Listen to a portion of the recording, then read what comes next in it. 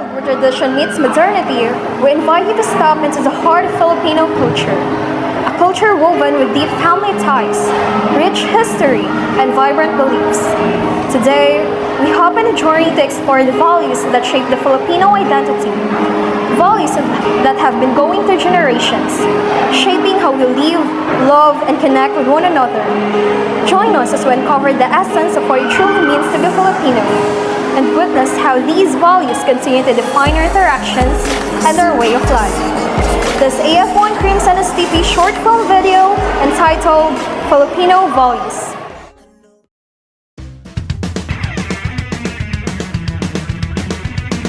Birthday high! Nasasabi sa unang araw ng eskwela. Taas kamay with confidence. Let's do the birthday high! First day of school, laging may kaba.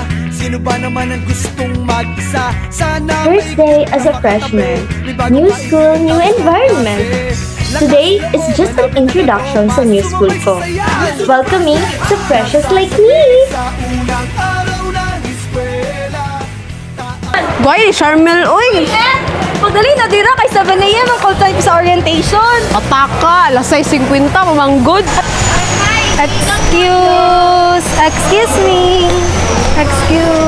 Excuse me. Nita, uy, Diyos ko Lord. Pagsulay ra ni Day. 7:45 naman, alas 7 ang call time ba? Mag-orientation pa ba? Or ulit na lang ko. Oh, gani. Ano ako make-up, Day? Nakuspaw na ako. Saan naman makita ko?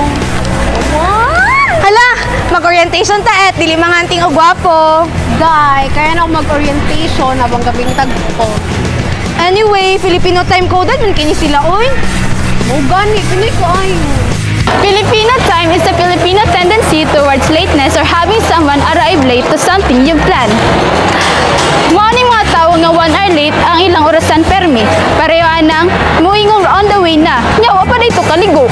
Alas 7 ang sabot, alas 8 sa labot. Sa daw to.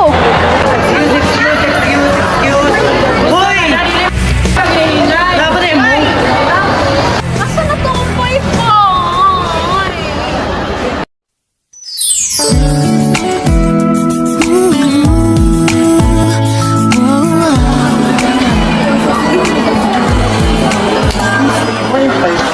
Kilala kita sa di ko inaasahang pagkakataon.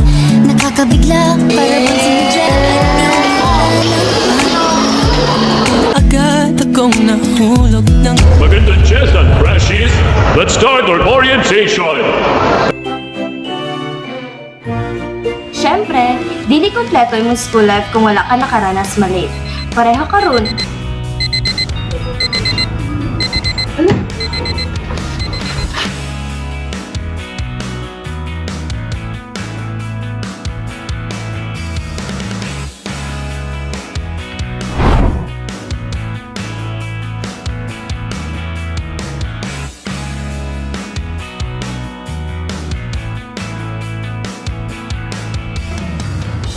Asa naman sa Erika man? Late na ano, no? Anong isang oras?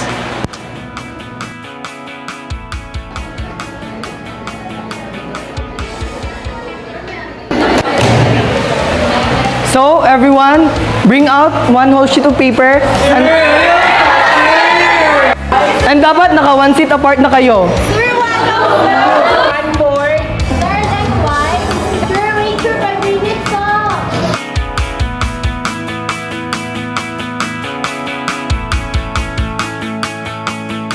Okay, pass your papers and front. Tapos na ang quiz. Walk to Miss Faculty later. Class dismissed.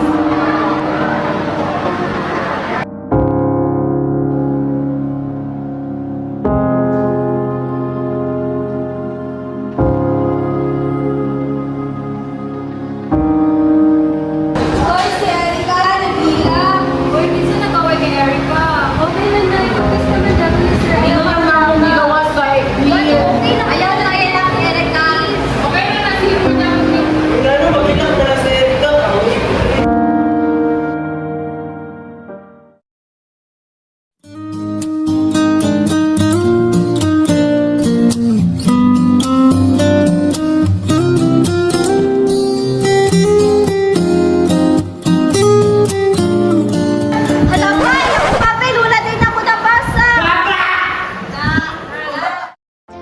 We Filipinos are also known for being compassionate or the feelings of sympathy and caring towards people who are suffering. Kahit na hindi natin sila kakilala, if we can help, we will help. Kung comfort imong kailangan, just PM me kasi dyan ako magaling.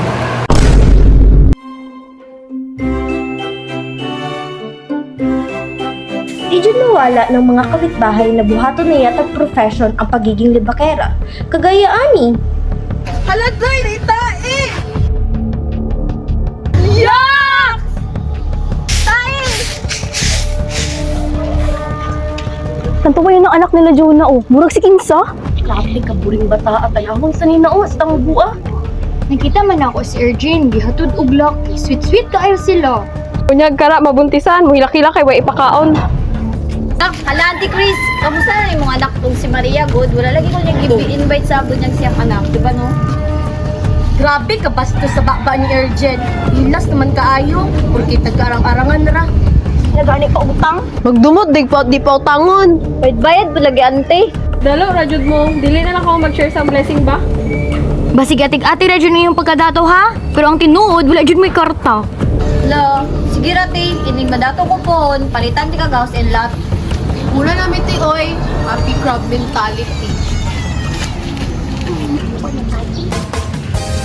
Crab mentality is a pattern of thinking where a person is often envious and selfish about a person's success.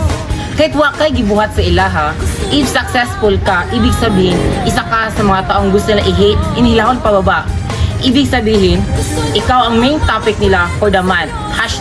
#trending. Start of Hell Week. Sige na lang may quiz ani. Journalizing, posting, balancing. Saan man ipag-balance? 5 minutes left!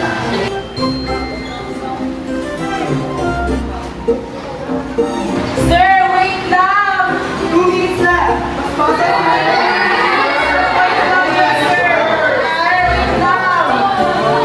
Hala, dili pa balance! Kapot! Okay, pass your papers! 1, 2, 3! Ang mali, hindi na, dawaton! 4! Bala na ni Uy, pass na ko ni. First balance na. Wala ko na human! Okay, let's check this week's meeting. Class dismissed.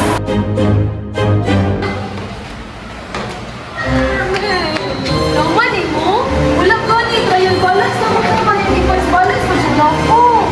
Bala na to eh. Basta ko na. Dali guys, lift na lang sa ninyo. Uy, guys, naman eh mo?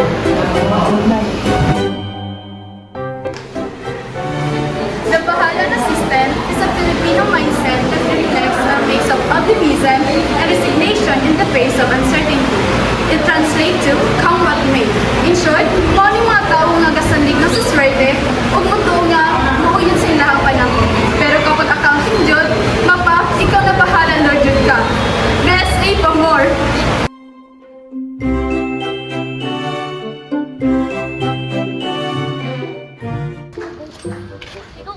Pwede Glyzo, masigi gutom na.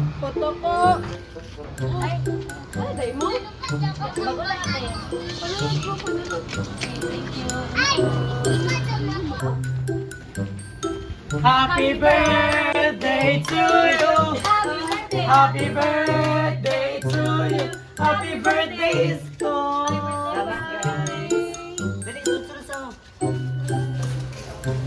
Wala ka, tsadag, suka. Sa kwarto man nila mama, ipagawas lang niya para sa inyo. Hala, 10 out of 10 sa ka-effort. Dili ba lingkod? Hindi maggusto pa ngayon.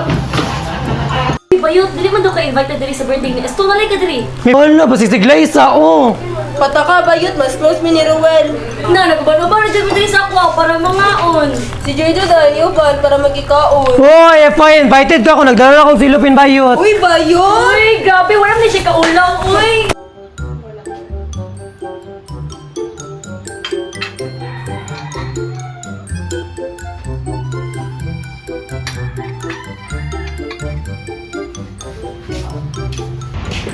Nanay mo mga classmates?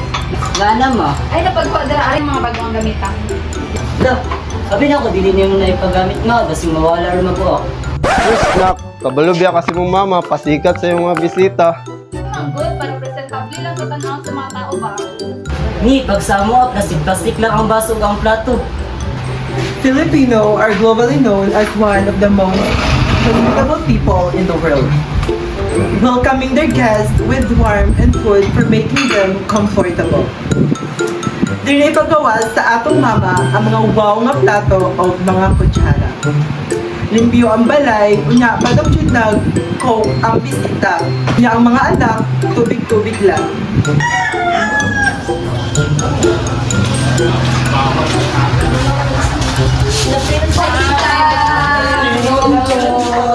Ay, kamabutan po dali nila. Oy, naon na mo? Wala pa dito. Naon na mo? Okay ba? Sige, panggutan na mo. Nakagwapa ni mo tita, oy. Salamat. Naon na mo? Ang mga plastic inyo, it's called respect. Wait, ano spell respect eh? R-E-S-P-E-C-T. Wait, respect din mo magdalaw sila, Ping. Kung gani ba yun, nabiyas, oy. Respect for the elders is the idea that younger generation should show respect, different and civility to their elders. We Filipinos show our respect by pagmamano and adding po and opo to our sentences. Pero guys, dili ta matingala ha, basig mo tuod yun sila ba nga gwapa sila. Dito sila ko sa papas. Ulit kami ha. Sige, salamat. Tita, dito, una namin. Sige po. Bantayan ninyo na ako anak ha, kay basi mo uyab-uyab na na. Ay, kami 18 years bahala old na yan na. dito. Sige, sige, ingat mo. Sige. Bye-bye. Bye. As the story of the Filipino people continues to unfold, one thing remains constant. Our values lie at the heart of who we are. Passed down to generations, these traditions shape our daily lives, a blend of both light and shadow. Compassion, hospitality, and respect for our elders have always been the foundation of our strength, nurturing bonds that keeps us together. Yet, like any story, there are challenges that we face.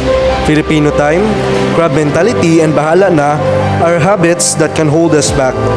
But in the end, it's this balance between our virtues and our flaws that defines us.